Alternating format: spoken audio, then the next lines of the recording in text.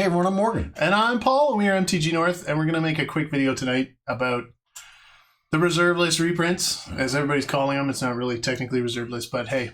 Okay, so let's start right here. Describe this, Morgan. Okay, so what they did here was they printed the Black Lotus, but then they applied the Black Lotus sleeve directly to the back of the card and wrote 30th anniversary. It's good. It's good. There's nothing wrong with doing that. It's not a magic card. Okay, it is, but it isn't. Do you know what I'm saying? It's not I know a real exactly magic what you're card. saying. Yeah, we had a few people ask us what our opinion was on this. That's the only reason we're making this video. Yeah. And our opinion is, meh, whatever. It is what it is. It's there.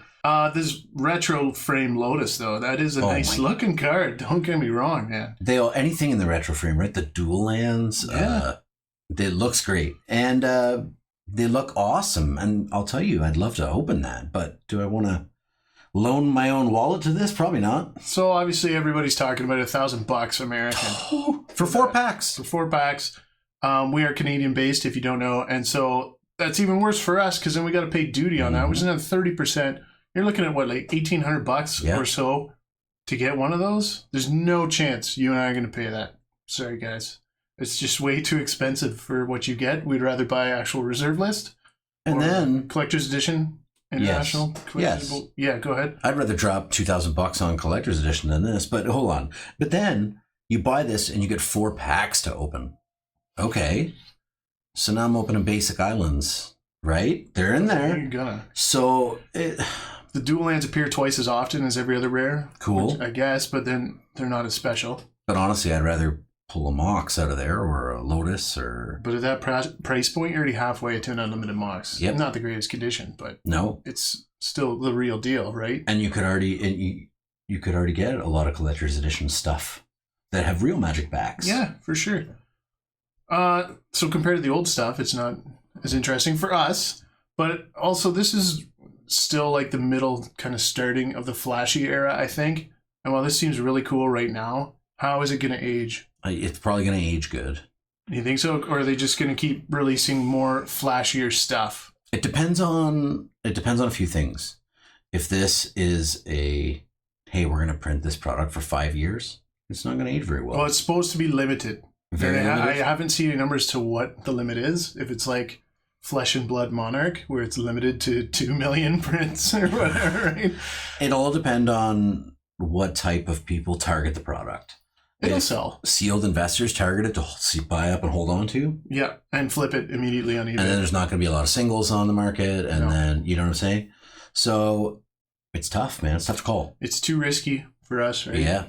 I'd say buy singles, but why don't you just buy reserve list singles? We would need to recoup a 30% loss on duty to even start making money. So let's pretend we live in the States, though. Would you? Okay. Would you, if you get one, would you even open it? No. You'd hold it for 5 years, 10 years, resell it, right? Yes. Why not just do that with real reserve list cards? Point taken. I love how Mark Rosewater came out and is defending them as legitimate proxies. Okay, so number one, now Hasbro's in the business of printing proxies for their own game. And they're not cheap.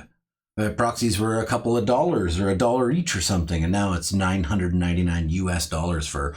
what, 60 cards? Yeah, I don't have problems paying high money for chase stuff that is artificially inflated because of its asking price. That's called the sports card industry. Yep. Right? And I've collected a lot of sports cards on and off throughout the years, but this just doesn't feel special enough. No. To me, personally. Is it going to go up? Maybe. Is it going to go up more, though, than stuff that already exists Probably on the not. list? Probably not. Yeah. You're better to spend the money, like you said, on reserve list cards now or collector's edition stuff, or right? And that's, I think our agreed opinion is just avoid the FOMO. Yep. There'll be something even better coming out soon, right? They're going to keep pushing this. And I'm okay with that. I like the serialized cards coming up and Brothers War. That's something else, right? That's kind of a reserve list product right there, isn't it? If there's only 500 of those serialized cards ever made, isn't that an investable product? Of that version. Well, that's what I mean. So they release a better version, but it's still cool. The double rainbow. This is kind of like that, but I think the price point's too high. Yeah, I think it's really high. If it had been half as much, we'd probably get some. We might be able to open one on channel because all WPN stores are supposed to get one for free. Premium stores get 3. Greg is a WPN store at TableTopGiant.ca. But the other problem is his allocations lately have just been screwy. He got totally boned, as just about everybody did, on the Warhammer premium decks, especially. Now his Infinity was cut shorter. Yeah. So, I don't know. The Warhammer 40K collector thing was crazy, man. Those were seriously limited. Yeah. And they weren't supposed to be, right? Allocations were already given out on that product. Artificially driving up the price. It's nuts. It's like a Nintendo product. It's nuts. Yeah, so hopefully we get to open one on channel eventually in November or December with Greg. Yeah. If he decides to even open it, right? Maybe he'll just sell it sealed. If he does, we'll buy it. But no duty. So it looks like the entire set from beta will be available, except for 6 cards, of course. Yeah, the sensitive cards. Yeah. Crusade's not back. And I believe that has to do with Anti as well, right? Contract or Dark Pact and Contract from Below are Anti cards, or no? Contract from Below is, but the same. They're sensitive cards. Yeah, I don't know. It's because of the Anti. I never really followed it, to be honest with you. Look at that Mox Jet. Oh, in the retro frame? Wow. It's nice. Yeah. If you like this stuff, absolutely, I would buy it if it's in your budget and everything. It's not most people's budget. You just got to remember someday if you want to recoup that, you got to try and sell these. Yeah, and you got to also remember things like, they're not legal cards to play, so you can't just slap in your commander deck and play them unless your friends agree to that kind of thing. None of the Power 9 is except for Time Twister. Right? Yeah, that's right. Yeah, it's selling it, and in 5 to 10 years when you think it's going to be up in value, how many more flashy products? What are they going to do for M35? Yep. Right? What's going to be around for M40? Yep. It's just, you're going to have to think about how much competition there's going to be with flashy stuff coming up in the future. And there's going to be a lot because they got to keep increasing the bottom line, man. Yeah. And they will. Also spoiled, Morgan, at the tail end of the video here, quick. Whoa. Look at that right there. Well, they didn't do collector boosters for Time Spiral Remastered. Nope, those are going to be juicy. Whoa. Juicy January. Oh. Oh my God. Birds of Paradise is going to be in Jester's Cap. Oh, Jester's Cap is from Ice Age, right? Look at that. Wow. It's going to be in Time Stretch. Time Stretch.